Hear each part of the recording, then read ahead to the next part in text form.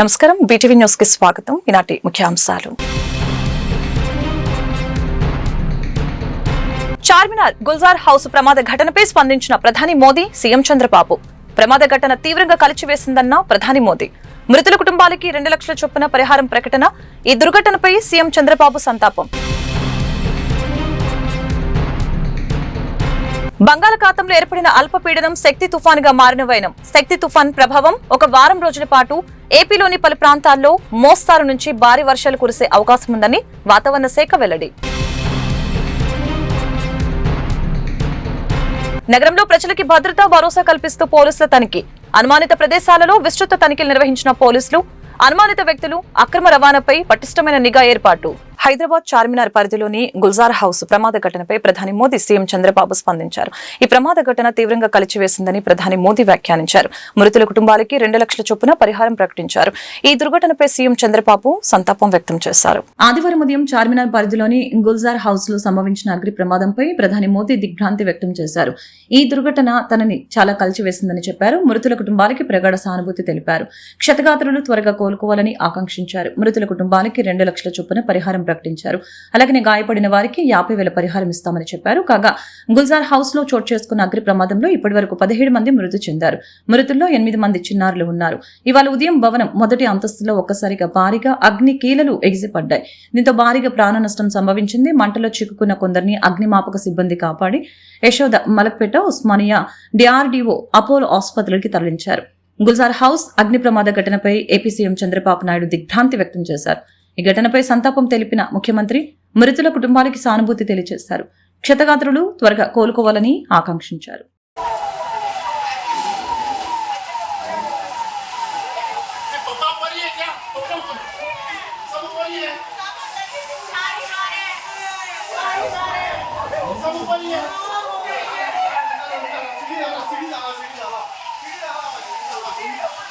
भाई कौन है ऊपर चढ़ने वाले? नहीं तो ऊपर से चढ़े।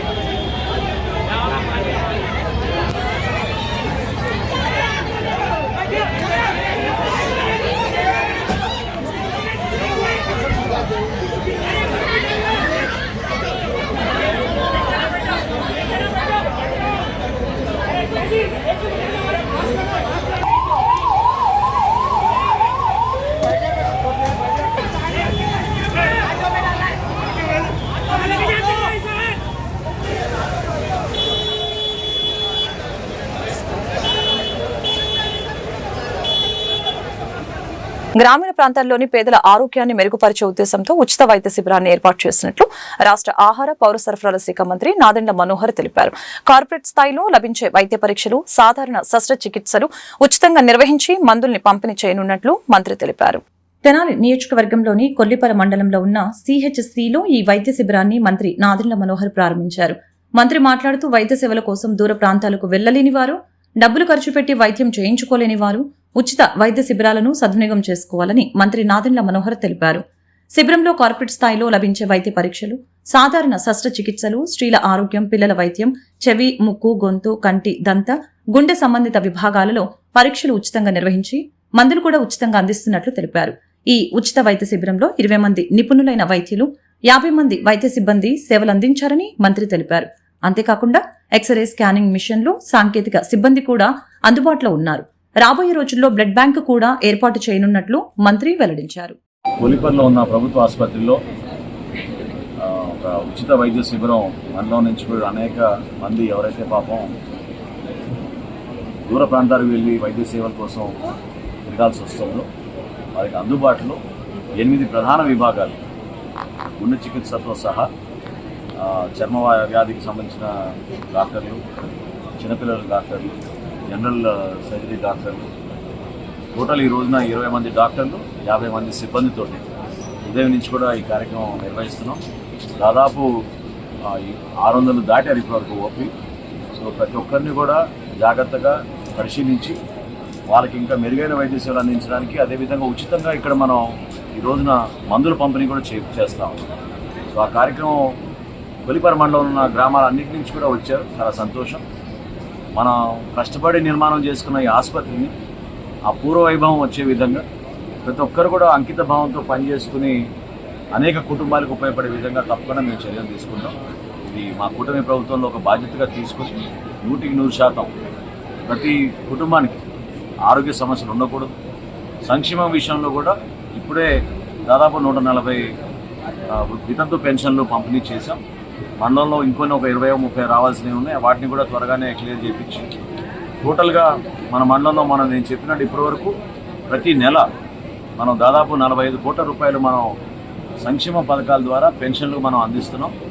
బంగాళాఖాతంలో ఏర్పడిన అల్పపీడనం శక్తి తుఫాన్గా మారింది. శక్తి తుఫాన్ ప్రభావం వలన ఒక వారం రోజుల పాటు ఏపీ, తెలంగాణలోని పలు ప్రాంతాల్లో మోస్తరు నుంచి భారీ వర్షాలు కురిసే అవకాశం ఉందని వాతావరణ శాఖ తెలిపింది. దక్షిణ మధ్య బంగాళాఖాతంలో ఏర్పడిన అల్పపీడనం తమిళనాడు నుంచి ఆంధ్రప్రదేశ్ వైపు కదులుతోంది. రానున్న రోజుల్లో తెలుగు రాష్ట్రాల్లో ఇది తుఫానుగా మారనుంది.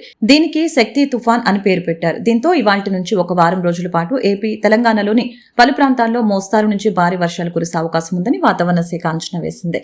వారం రోజుల పాటు ఏపీ, తెలంగాణతో సహా దక్షిణాది రాష్ట్రాల్లో మోస్తారు నుంచి భారీ వర్షాలు కురుస్తాయని వాతావరణ శాఖ పేర్కొంది.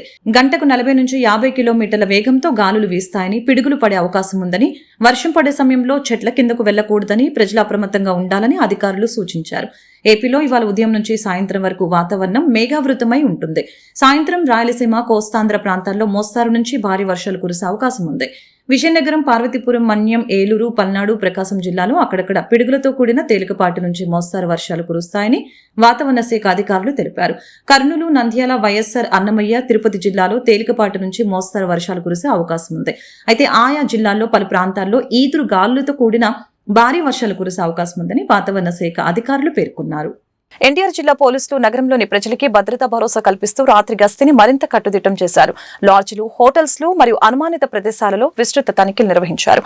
అనుమానిత వ్యక్తులు, అక్రమ రవాణాపై పటిష్టమైన నిఘా ఏర్పాటు చేశారు. ప్రజలకు భద్రత, మేమున్నామన్న భరోసా కల్పిస్తూ రాత్రి గస్తీని ఎన్టీఆర్ జిల్లా పోలీసులు మరింత కట్టుదిట్టం చేశారు. ఎక్కడ ఎటువంటి అసాంఘిక కార్యకలాపాలు, అవాంఛనీయ సంఘటనలు జరగకుండా కట్టడి చేస్తూ ప్రజలకి ఎల్లప్పుడూ అందుబాటులో ఉండాలని incharge police commissioner Sarvashreshth Tripathi ఆదేశాల మేరకు అడ్మిన్ డీసీపీ కేజీవీ సరిత ఆధ్వర్యంలో ప్రతిరోజు రాత్రి గస్తీని మరింత కట్టుదిట్టం చేశారు. ప్రత్యేకంగా పోలీస్ బృందాలను, పోలీస్ వాహనాలను ఏర్పాటు చేసి ముమ్మరంగా వాహనాల తనిఖీలు, లాడ్జిలు, హోటళ్లు, నిర్జన ప్రదేశాలలో తనిఖీలు నిర్వహిస్తూ అనువనువున క్షుణ్ణంగా సోదాలు నిర్వహించడం జరిగింది. అదేవిధంగా రాత్రి సమయంలో తిరుగుతున్న ప్రతి ఒక్కరిని ఆపి క్షుణ్ణంగా విచారించి అనుమానిత వ్యక్తుల్ని ఐరిష్ వాహనం ద్వారా తనిఖీ చేసి అనంతరం కౌన్సిలింగ్ చేయటం, అనుమానిత వాహనాలని తనిఖీ చేయడం జరిగింది. ప్రజల్లో భద్రతా భావాన్ని పెంపొందిస్తూ మేమున్నామన్న భరోసా కలిగి ప్రశాంత వాతావరణంలో ప్రజలు జీవనం సాగించాలని ముఖ్య ఉద్దేశంతో అన్ని పోలీస్ స్టేషన్ల పరిధిలో ప్రతిరోజు ముమ్మర గస్తీ నిర్వహిస్తూ అసాంఘిక కార్యకలాపాలపై అడ్డుకట్ట వేసే విధంగా ప్రత్యేక నిఘా ఏర్పాటు చేయడం జరిగింది. ముఖ్యంగా నెంబర్ లేని వాహనాలు, మద్యం, గంజాయి, ఇతర మత్తు పదార్థాలు అక్రమ రవాణాపై పటిష్టమైన నిఘా ఏర్పాట్లో భాగంగా ముఖ్య ప్రదేశాలలో లా అండ్ ఆర్డర్ అధికారులు, సిబ్బంది ముమ్మరంగా వాహన తనిఖీలను నిర్వహించడం జరిగింది. విజయవాడలో బైక్ పై ఓ ప్రేమ జంట రొమాన్స్ వీడియో సోషల్ మీడియాలో వైరల్ అవుతోంది. ఈ ప్రేమ జంట తీరుపై వాహనదారులు తీవ్రంగా మండిపడుతున్నారు. బైక్ పై ప్రయాణిస్తూ రొమాన్స్ చేయటం ఏంటని ఆగ్రహం వ్యక్తం చేస్తున్నారు. విజయవాడలోని ఓ ప్రేమ జంట బైక్ పై ప్రయాణిస్తూ రొమాన్స్ చేసింది. హైవేపై ప్రయాణిస్తూ ప్రమాదకరంగా ప్రవర్తించింది.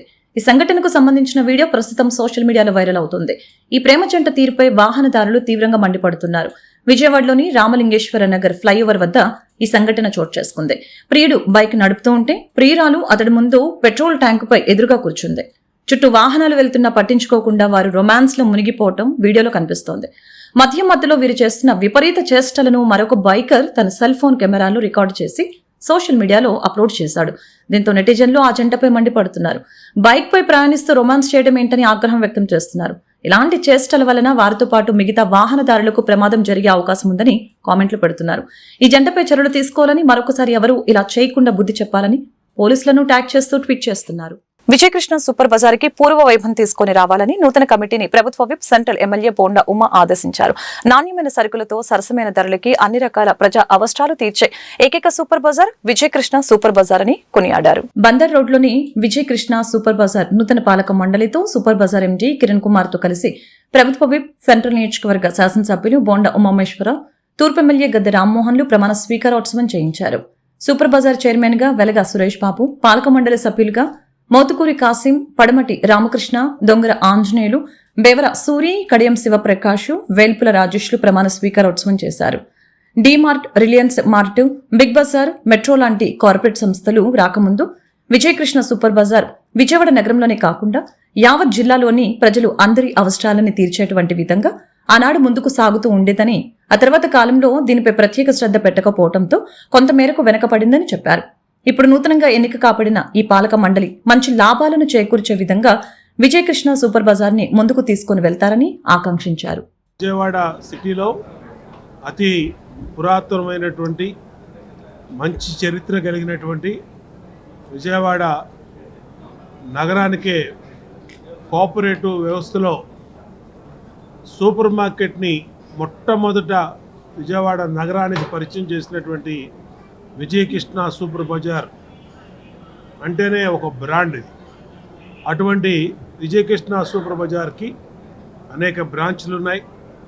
దానికి నూతనంగా కమిటీని ఏర్పాటు చేసుకుంటూ ఇవాళ చైర్మన్గా విద్యార్థికుడు, అడ్వకేటు మా సోదరుడు వెలగా సురేష్ని చైర్మన్గా, అలాగే కమిటీ మెంబర్లుగా, డైరెక్టర్లుగా వేల్పుల రాజేష్, మోత్కూరి కాసిము, అలాగే పడమటి రామకృష్ణ, దొంగర ఆంజనేయులు, అలాగే ప్రకాష్, అలాగే బేవర సూరి, వీళ్ళందరినీ కూడా డైరెక్టర్లుగా ఏర్పాటు చేసి ఈరోజు ఇప్పుడే గౌరవ మన అధికారి super market chairman MD Kiran గారి చేతుల మీదుగా ప్రమాణ స్వీకారం కూడా చేసుకోవడం సంతోషం, ఆనందదాయకం. ఇవాళ గత 5 సంవత్సరాల్లో కోఆపరేటివ్ వ్యవస్థ మొత్తం నిర్వీర్యం అయిపోయింది. ఈ శాఖలో ఎక్కడా కూడా కుప్పకూలిపోయినటువంటి వ్యవస్థని మళ్ళా ఇప్పుడు ముఖ్యమంత్రి చంద్రబాబు నాయుడు గారి ఆధ్వర్యంలో తిరిగి సహకార వ్యవస్థకి ఊపిరి పోస్తున్నాం. మళ్ళీ ఈ వ్యవస్థని పూర్వ వైభోగం తీసుకొస్తాం. ముఖ్యంగా విజయవాడ నగరంలో నమ్మకానికి, నాణ్యతకు పేరైనటువంటి ఈ సూపర్ మార్కెట్కి పూర్వ వైభోగం తీసుకొస్తాం.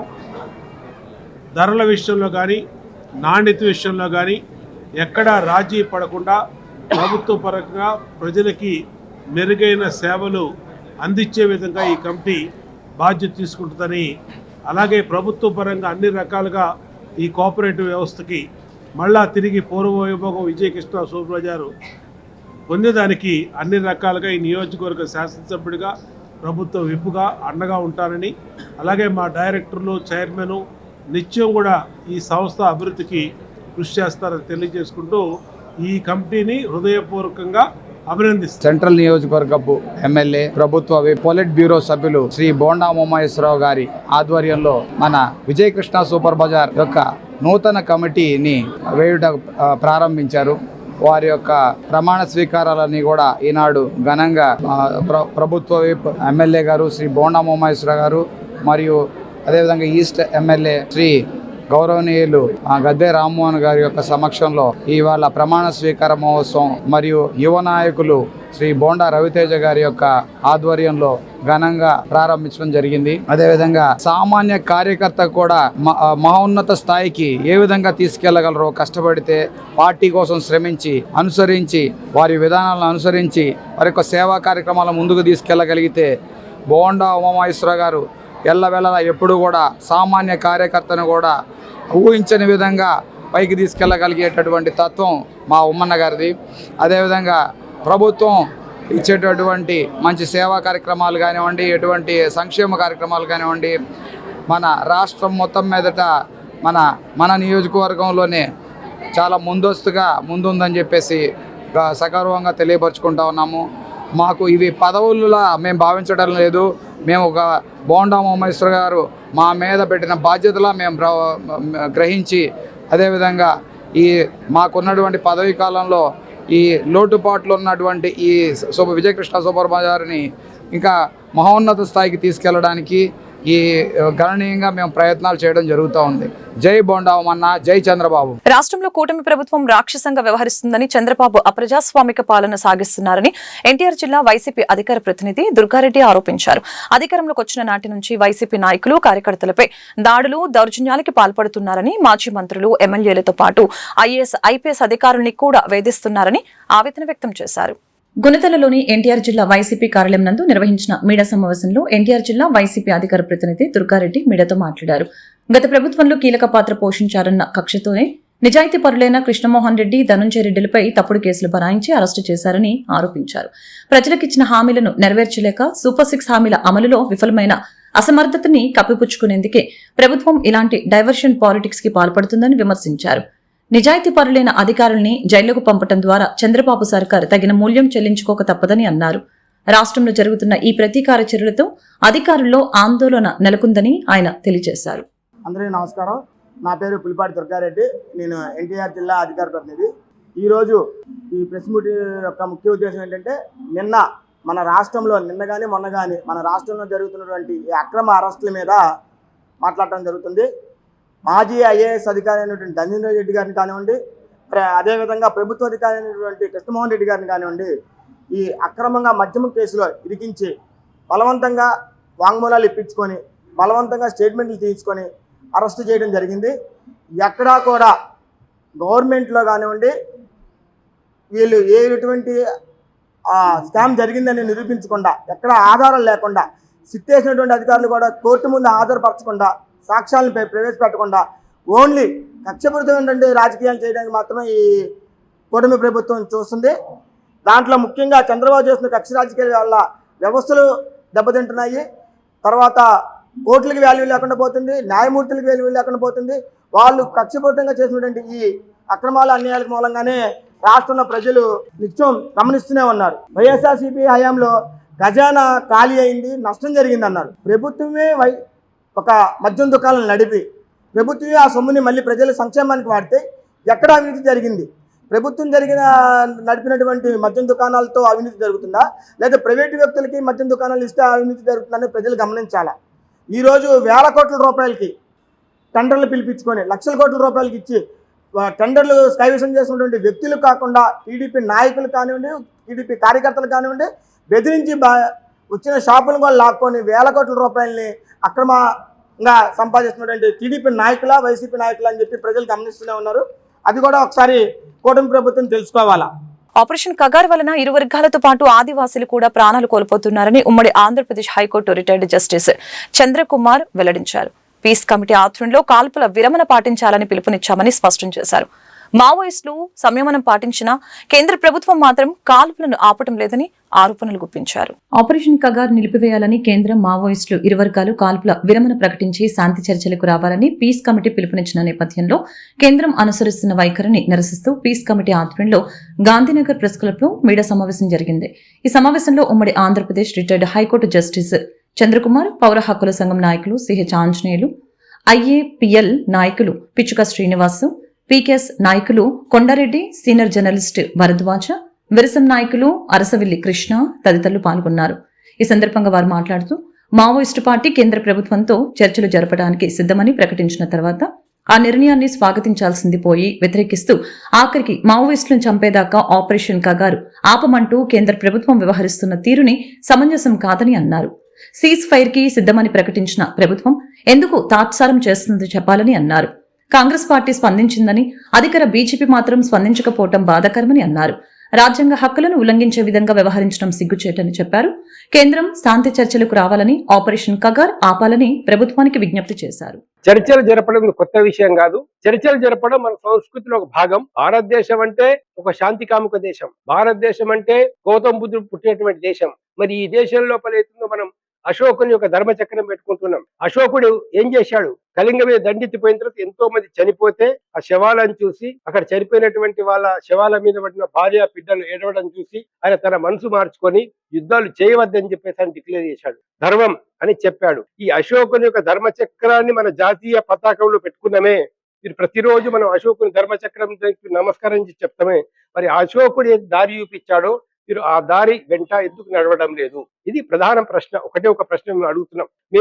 నేను ప్రధానమంత్రి గారికి, హోంమంత్రి గారికి, దాని తర్వాత ఆర్ఎస్ఎస్ అధినేత మోహన్ భగత్ గారికి, మన కిషన్ రెడ్డి గారికి, కేంద్ర మంత్రి వర్యులు అదే బండి సంజయ్ గారికి అందరికీ ఉత్తరాలు పంపించాము. అందరికి మెయిల్స్ పెట్టాము, వాట్సాప్ లో మెసేజ్లు పెట్టాము. మేము వచ్చి కలిసి మాట్లాడతామని చెప్పాము. విజయవాడ నగరంలో ప్రముఖ హీరోయిన్ మెహరీన్ సందడి చేసింది. నేటి తరం యువతి యువకుల అందానికి ప్రాధాన్యతనిస్తూ వారి అవసరాల నిమిత్తం ఏర్పాటైన ప్రముఖ జావేద్ హబీబ్ సలూన్ ని ఆమె లాంఛనంగా ప్రారంభించారు. విజయవాడ నగర ప్రజలు సలూన్ ని సందర్శించాలని, ఇంత చక్కటి అవకాశాన్ని సద్వినియోగం చేసుకోవాలని కోరారు. రామవరపాడులో నూతనంగా ఏర్పాటు చేసిన జావేద్ హబీబ్ సలూన్ ని ప్రభుత్వ విప్ గన్నవరం నియోజకవర్గ ఎమ్మెల్యే యార్లగడ్డ వెంకట్రావు, హీరోయిన్ మెహరీన్, ప్రముఖ హెయిర్ స్టైలిస్ట్ జావేద్ హబీబ్ తో కలిసి లాంఛనంగా ప్రారంభించారు. అనంతరం సెలూన్ ని పరిశీలించి ఇక్కడ అందిస్తున్న సేవల గురించి అడిగి తెలుసుకున్నారు. అనంతరం హీరోయిన్ మెహరీన్ మాట్లాడారు. నేటి తరం యువతి యువకులు అందానికి ప్రాధాన్యత ఇస్తున్నారని, వారి అవసరాల నిమిత్తం ప్రముఖ జావేద్ హబీబ్ సలూన్ ని ఏర్పాటు చేయడం అభినందనీయమని తెలిపారు. అనంతరం గన్నవరం ఎమ్మెల్యే యార్లగడ్డ వెంకట్రావు మాట్లాడుతూ సాఫ్ట్వేర్ ఉద్యోగాన్ని వదులుకొని జావేద్ హబీబ్ లాంటి సలూన్ ని నిర్వాహకులు తన నియోజకవర్గంలో ఏర్పాటు చేయడం సంతోషంగా ఉందని చెప్పారు. ఈ ప్రాంత ప్రజలు బ్యూటీ సేవలను సద్వినియోగం చేసుకోవాలని పిలుపునిచ్చారు. అనంతరం ప్రముఖ హెయిర్ స్టైలిస్ట్ జావేద్ హబీబ్ మాట్లాడారు. విజయవాడలో జావేద్ హబీబ్ 9వ సలూన్ ప్రారంభించడం జరిగిందని చెప్పారు. ఆంధ్రప్రదేశ్, తెలంగాణతో పాటు ఇతర రాష్ట్రాలు జావేద్ హబీబ్ సేవలను విస్తరించనున్నట్లు తెలిపారు. ఆ నియోజకవర్గంలో సోదరుడు ప్రశాంత్ ప్రారంభించినందుకు ఆయన విష్ ఆల్ ది బెస్ట్ చెప్తూ, రాబోయే కాలంలో విజయవాడ నగరంలో కానీ, నా కాన్స్టిట్యున్సీలో కానీ ఇంకా మరిన్ని షోరూమ్లు ఓపెన్ చేస్తారని ఆశిస్తున్నాను. ఐటీ రంగంలో స్థిరపడినాలనే అయినా కూడా ప్యాషనేట్తో వాళ్ళు ఇది ఓపెన్ చేసినందుకు once again I wish them all the best, and in future I hope like within a year or so we're going to extend the branches here. Thank you. Thank you so much. అందరికీ నమస్కారం. Firstly media వాళ్ళకి చాలా చాలా thanks ఇక్కడికి వచ్చినందుకు. ఈరోజు విజయవాడలో Javed Habib hair సాలూన్ opening అయింది. సో చాలా హ్యాపీగా ఉన్నాను. అండ్ చాలా హార్డెస్ట్ కంగ్రాచులేషన్స్ టు వీణా గారు అండ్ మొత్తం family for inviting me here. And Javed Habib himself is here to come for this grand launch. So I wish them all the very best. చాలా మంచి salon మొత్తం చూసాను, చాలా బ్యూటిఫుల్గా ఉంది. ఐఎమ్ షూర్ సర్వీసెస్ కూడా చాలా మంచిగా ఉంటాను. Next time I come to Vijayawada, now I have a place every time I will come to for sure. Thank you so much. We are grateful. Yes, please do give me the appointment because I think it's going to be always fully booked. And definitely so please మీరు అందరూ every time you want to pamper yourself, definitely ఇక్కడికి వచ్చేయండి. And like he rightly said that he is for hair. If you ever think about hair, for a haircut or any hair services, the first name that comes in anyone's mind is Javed Habib. So I'm really glad that finally he decided to give a franchisee here in Andhra. I believe this should be the first one. No, I don't know. This is the 9th one. Ninth. Oh wow, sorry. But yeah, So successful. but that's amazing. No, I know, like there are I think 1,000 plus salons everywhere all Legal. around. That's legal, illegal, 1 lakh. Wow. Oh wow. Yeah, I see your face everywhere, almost on every salon. So that's amazing. So please మీరు అందరూ ఇక్కడికి వచ్చేయండి and definitely you will love it. And lots of love to you all. And I always love coming back to Vijayawada. So I'm so happy that you all keep calling me and give me all the love. Javed Habib brand is a brand which runs almost like 1,000 salons. And we are in 135 cities. We are in 27 states of India. So we are the brand of the country. We are not the brand of Hyderabad or Andhra. If we talk about Javed Habib is an education-based brand because we run 7 academies where we teach people how to cut hair, because you can make any beautiful looking, good-looking salon, but the main thing is the skilling. So we train the skilled people. What services we are offering? We are offering a good haircut. We are offering a beauty. We are offering a makeup. Matlab, if you want to look beautiful, handsome, trendy, or fashionable, only one place, that is called Javed Habib. That's why people call me the hair don. Oh, hair don is here. Thank you so much media వాళ్ళందరికీ thanks for coming. అలాగే ముందుగా జావిద్ సార్కి, మెహరీన్ గారికి, అలాగే తేజ గారికి thanks for coming and blessing us. And I'm so happy franchise తీసుకున్నందుకు. జావిద్ గారు వస్తేనే సక్సెస్ వచ్చేసిందని అనుకుంటున్నాను. అలాగే ఇక్కడ చాలా ఫెసిలిటీస్ అనేవి లగ్జరియస్గా చాలా ఎమ్యూనిటీస్తో ప్రొవైడ్ చేశాము. ఇక్కడ ఎన్కే పాడు నుంచి ఇప్పుడు కరెన్సీ ఈ రాంబర్పాడు వరకు ఏది ప్రీమియం సలూన్ అనేది లేదు. చాలా రీసెర్చ్ చేసి పెట్టడం అనేది జరిగింది. లగ్జరియస్గా ఉంటుంది. వీకెండ్స్ చక్కగా ఫ్యామిలీ అందరూ రావడానికి విఐపి రూమ్ అనేది కూడా ఉంది. చక్కగా ఫ్యామిలీ అంతా ఒక చోట చేయించుకుంటానికి. Please do come visit and pamper yourself. Thank you. Like pedicure, manicure, waxing and hair treatments and other facials, different of keratin treatments అన్నీ ఉంటాయండి. Please do visit. Yeah, bridal కూడా ఉంటుందండి. విఐపి రూమ్లో provide చేస్తాం. చాలా లగ్జరియస్గా ఉంటుంది. I hope promise మళ్ళీ ఒకసారి వస్తే కమ్బ్యాక్ అవుతారు. అండ్ ఇప్పుడు 30% ఆఫర్ అనేది రన్ అవుతుంది ఈ మంత్ ఎండ్ వరకు ఇప్పటి నుంచి. ప్లీజ్ ఈ లోపు వచ్చి హోప్ఫుల్లీ ఆఫర్ని క్లెయిమ్ చేసుకుంటారని అనుకుంటున్నాం. యా, అవునండి. ఫ్యామిలీ మొత్తం కిడ్స్కి ఉంది, మెన్కి ఉంది, ఉమెన్కి ఉంది, అందరికీ ఉంది.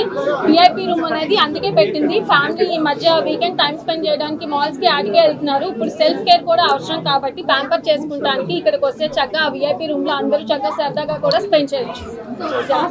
వార్తలు ముగించే ముందు ముఖ్యాంశాలు మరొకసారి. చార్మినార్ గుల్జార్ హౌస్ ప్రమాద ఘటనపై స్పందించిన ప్రధాని మోదీ, సీఎం చంద్రబాబు.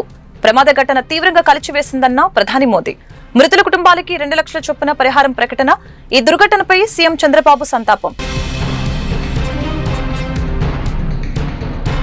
బంగాళాఖాతంలో ఏర్పడిన అల్పపీడనం శక్తి తుఫానుగా మారిన వైనం. శక్తి తుఫాన్ ప్రభావం ఒక వారం రోజుల పాటు ఏపీలోని పలు ప్రాంతాల్లో మోస్తారు నుంచి భారీ వర్షాలు కురిసే అవకాశం ఉందని వాతావరణ శాఖ వెల్లడి.